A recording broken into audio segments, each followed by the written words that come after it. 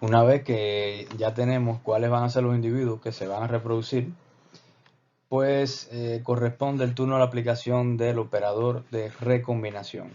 Este es uno de los operadores más importantes en los algoritmos genéticos.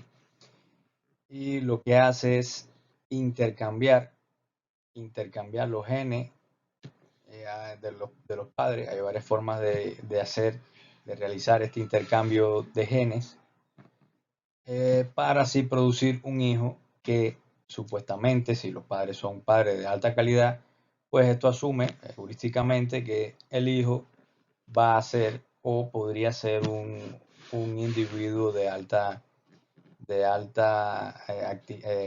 calidad o criterio de actitud, para hablar en términos de los algoritmos genéticos.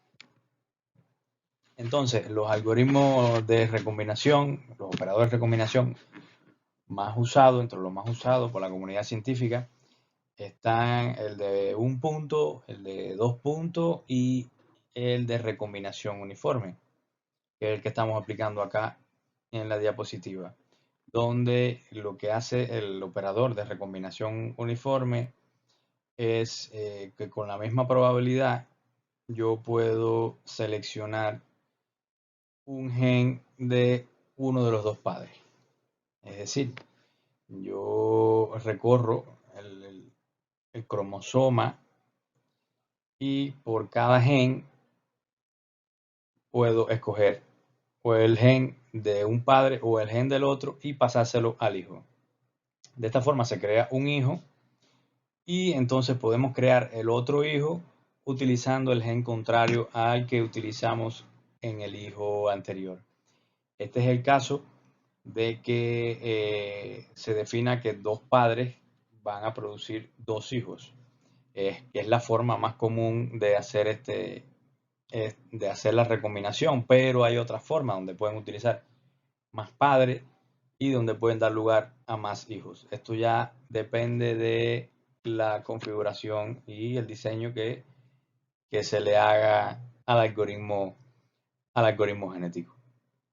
Este operador de selección es importante aclarar que este operador no puede producir cualquier vector concebible.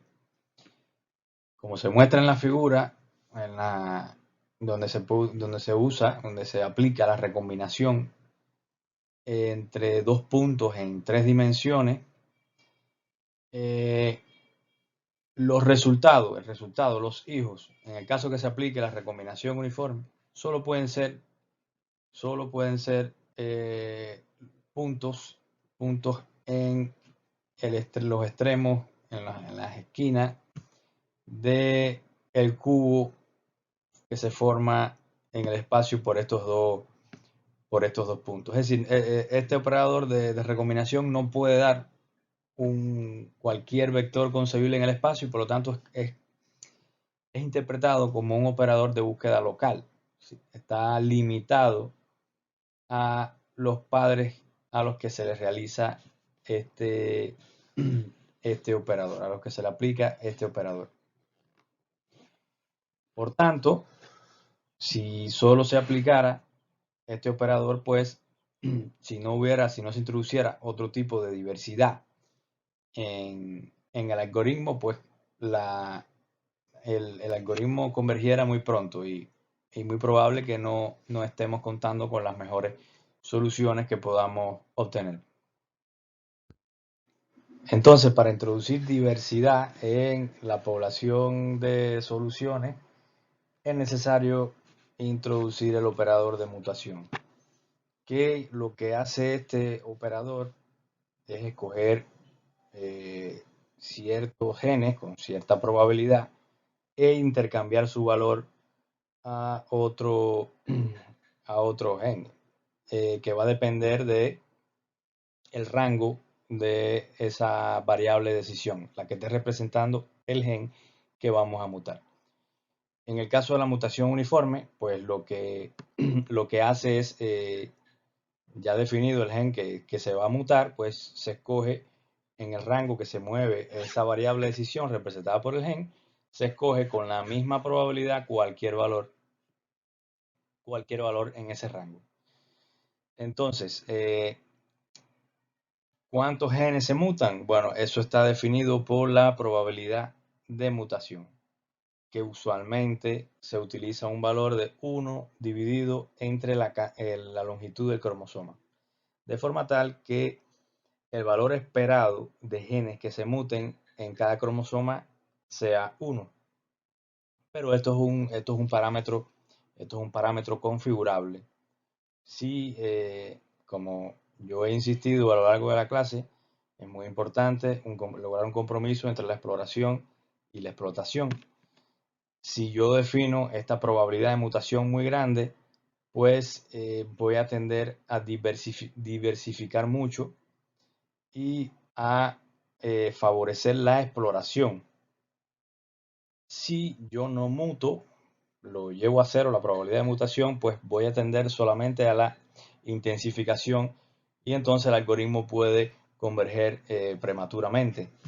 Por lo tanto, es necesario buscar un compromiso entre la exploración y la explotación. Como ya les decía, la probabilidad de mutación más usada es 1 dividido entre el cromosoma entre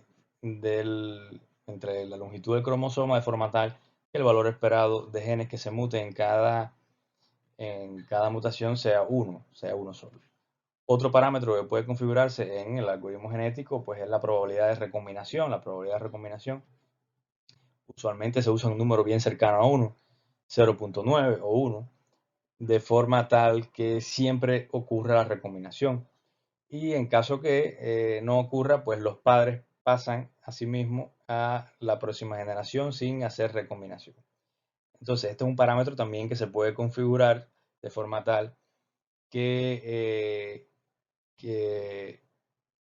intensifique la búsqueda, se realiza una intensificación mayor o menor en la búsqueda. Bueno, una vez que se aplica el operador de mutación, entonces estoy contando con una población que está compuesta por los individuos iniciales y los hijos que fueron generados por el proceso, por los operadores de recombinación y mutación. Entonces, esta población necesita ser reemplazada. Si yo tengo una cantidad de individuos que no es la del diseño inicial, entonces yo necesito de esta cantidad total de individuos quedarme con el número que necesito por diseño. Entonces ahí es donde entra el operador de reemplazo. Y aquí es muy importante que el algoritmo sea un algoritmo elitista, que quiere decir que los mejores individuos pasen de generación en generación, que mantenga los individuos, los mejores, los más aptos, de generación en generación, nunca se eliminen.